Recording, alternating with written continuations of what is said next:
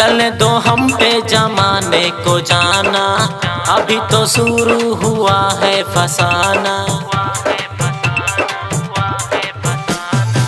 चलने दो हम पे जमाने को जाना, अभी तो शुरू हुआ है फसाना। जमाने को ऐसा करने न दूंगी,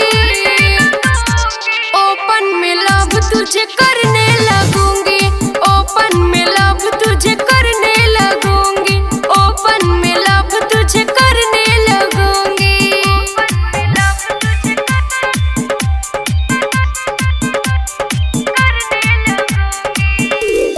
डीजे सोनू राज, डीजे सोनू राज।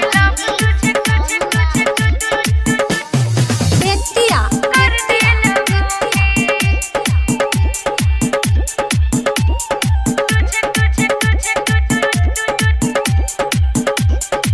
नहीं है टेंशन, हो गई जवान हूँ, इसीलिए तो रानी मैं परेशान हूँ। नहीं है टेंशन, हो गई जवान हूँ, इसीलिए तो रानी मैं परेशान हूँ।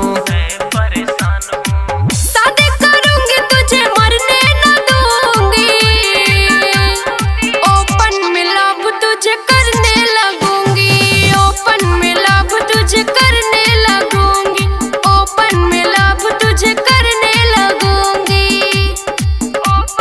डीजे सोनू राज, डीजे सोनू राज। बेतिया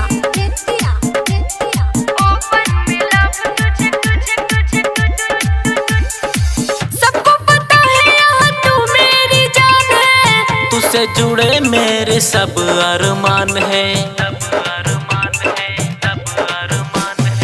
सबको पता है यहाँ तू मेरी जान है, तुझसे जुड़े रानी सब अरमान है।